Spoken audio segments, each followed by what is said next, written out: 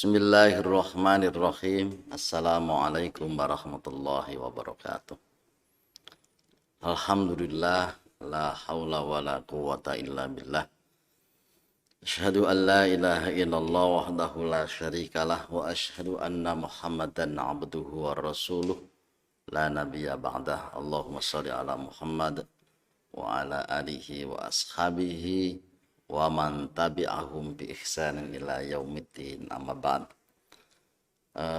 Pemirsa yang berbahagia, pada kajian ini kita mencoba untuk mengkaji kitab hadis Arba'in Nawawi. Semoga kajian ini membawa kebaikan bagi kita semua, membawa ilmu sehingga kita semua mengerti tentang perilaku Nabi, hal-hal yang baik di dalam hadis Arba'in Nawawi itu. Yang pertama, pada hadis yang pertama di kitab Arba'in Nawawi itu adalah tentang niat. Hadis ini sangat populer di kalangan ulama dan siapapun, dan sangat dikenal artinya.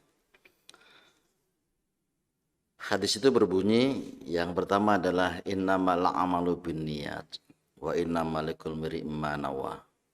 Faman kanat hijratuhu ilallahi wa rasulihi fa hijratuhu ilallahi wa rasulihi. Wa man kanat hijratuhu lidunya yusibuha ay imra'atin yankihuha fa hijratuhu ila ma hajara ilaihi. Sesungguhnya setiap amalan itu tergantung kepada niatnya. Setiap orang akan mendapatkan apa yang ia niatkan. Siapa yang hijrahnya karena Allah dan Rasulnya, maka hijrahnya untuk Allah dan Rasulnya.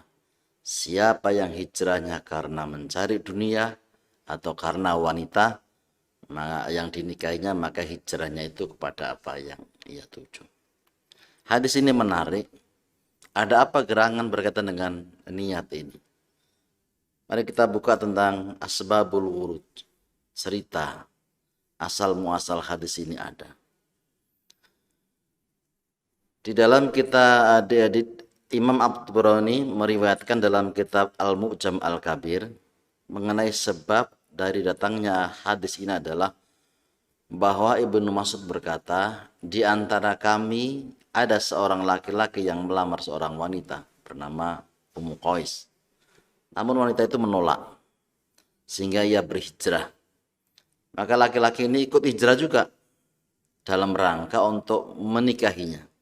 Karena itu kami memberikan julukan kepada dia namanya Muhajir Ummul Qais. Saking cintanya dia dengan Ummu Qais itu sehingga dia rela berhijrah. Maka kemudian Rasulullah mengingatkan tentang sebuah niat.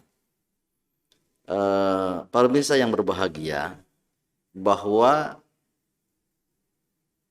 di dalam seluruh aspek amal itu pada dasarnya adalah ending atau niatnya. Ada orang yang sholat, ada orang yang puasa, ada orang yang haji, ada orang baca Al-Quran, ada orang yang bersedekah. Semua lahirnya baik, tetapi pada dasarnya akan ditentukan oleh satu hal, yakni niat. Jika niatnya itu karena Allah, maka Allah akan memberikan pahala.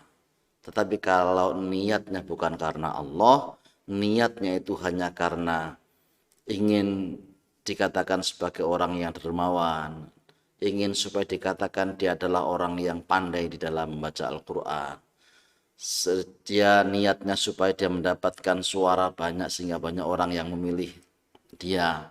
Semua niat-niat selain kepada Allah, maka seluruh amal itu akan tertolak. Nah, karena itu niat menjadi syarat mutlak diterimanya sebuah amal. Ada orang itu perbuatan amalnya baik, gerakan sholatnya baik, sedekahnya baik, tetapi karena niatnya tidak baik, maka seluruh amal tidak bisa diterima. Catatan pada hadis ini adalah bahwa hadis ini merupakan salah satu dari hadis-hadis yang menjadi inti ajaran Islam. Bahkan Imam Ahmad Dan Imam Syafi'i berkata dalam hadis tentang niat itu mencakup sepertiga ilmu. Bayangkan, sepertiga ilmu. Sebabnya adalah bahwa perbuatan hamba itu terdiri perbuatan hati, ada lisan, dan anggota badan. Sedangkan niat merupakan salah satu dari ketiganya. Diriwayatkan dari Imam Syafi'i bahwa ia berkata, hadis ini mencakup 70 bab dalam fikih. Sejumlah ulama bahkan berkata, hadis ini merupakan sepertiga Islam. Artinya penting sekali di dalam meluruskan niat ini. Karena itu teman-teman sekalian, pemirsa yang berbahagia, fahamilah bahwa ketika kita melakukan segala sesuatu, itu niatnya harus bersih. Niatnya harus ikhlas karena Allah. Nothing tulus. Apapun yang terjadi, dia tetap berjalan. Yang diharapkan adalah ridha Allah. Bayangkan kalau kemudian dia sudah bekerja payah, susah payah, berumah tangga dia berat, memberikan nafkah anak istri dia berat, atau sebagai istri dia menjalankan sebagai seorang istri berat, sebagai seorang ibu dia berat. Tapi kalau kemudian tidak dibarengi dengan niat karena Allah, maka yang berat-berat, yang payah-payah itu akan nol. Tetapi kalau kemudian yang payah tadi itu disertai atau diawali dengan niat yang tulus karena Allah, maka yakinlah bahwa setiap langkah seseorang itu akan diganjar oleh Allah dan dicatat oleh Allah Subhanahu wa taala sebagai amal ibadah. Kedua, catatan hadis ini. Hadis ini ada sebabnya, ada seorang yang hijrah dari Mekah ke Madinah dengan tujuan untuk dapat menikahi seorang wanita yang konon bernama Ummu Qais. Bukan untuk mendapatkan keutamaan hijrah. Maka orang itu kemudian dikenal dengan sebutan Muhajir Ummul Qais. Jadi orang ini hijrah karena Ummu Qais. Jadi niat ini harus senantiasa diperbaiki. Apa hikmahnya dari hadis ini? Yang pertama adalah niat merupakan syarat layak diterima atau tidak diterimanya amal perbuatan. Jadi orang kalau sholat niatnya tidak baik, maka Allah tolak. Orang bersedekah kalau niatnya tidak baik, Allah tolak. Orang menikah kalau niatnya tidak baik, maka Allah tolak amal ibadahnya itu. Kedua, bahwa waktu pelaksanaan niat dilakukan pada awal ibadah dan tempatnya ada di dalam hati. Tidak perlu kemudian kita ucapkan. Misalnya mau sholat, ya, niatnya di dalam hati. Mau sedekah, niatnya di dalam hati. Mau puasa, niatnya di dalam hati. Semua niat dan harus lillahi ta'ala. Ketiga, ikhlas dan membebaskan niat semata-mata karena Allah Ta'ala dituntut pada semua amal soleh dan ibadah. Jadi seluruh aspek ibadah ini niatnya harus ikhlas karena Allah. Harus ikhlas. Karena disitulah inti amal itu diterima atau tidak. Bahkan orang berpakaian rapi dan tidak rapi itu, kalau niatnya ikhlas karena Allah, dia karena memang Allah suka yang indah dan dia cinta keindahan, maka berpakaian yang indah rapi itu akan menjadi nilai ibadah. Tapi kalau kemudian yang indah rapi itu hanya karena kepingin pamer bajunya baru, kendaraannya baru, semuanya baru, maka tidak dicatat oleh Allah sebagai amal ibadah. Ini hati-hati saudara-saudara. Kemudian 4. Seorang mukmin akan diberi ganjaran pahala berdasarkan kadar niatnya.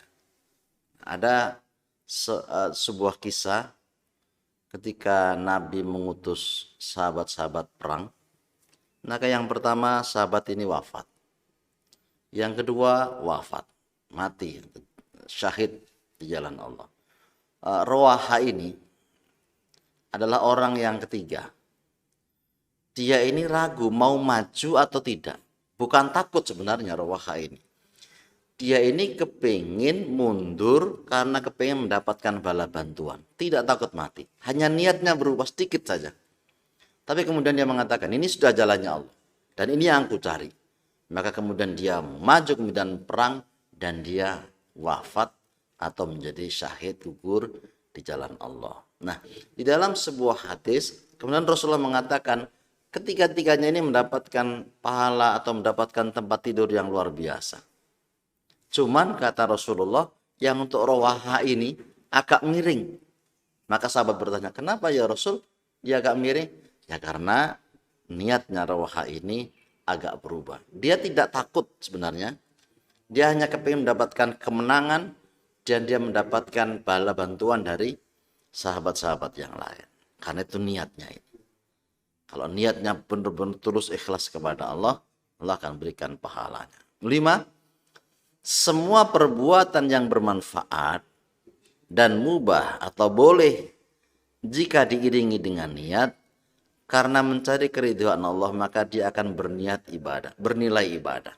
Jadi seluruhnya ini sesuatu yang sunnah atau mubah itu kalau niatnya karena Allah maka akan dicatat sebagai ibadah.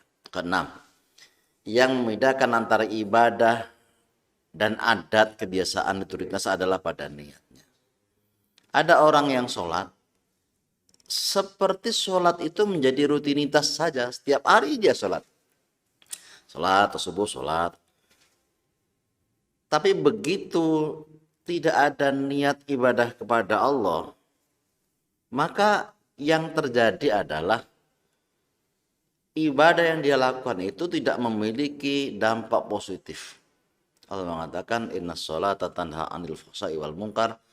Sesungguhnya sholat itu bisa mencegah perbuatan keji dan mungkar. Jadi kalau kemudian dia telah menjalankan ibadah sholat tapi masih berbuat hal yang tidak baik, berarti ada hal di dalam niat itu yang keliru.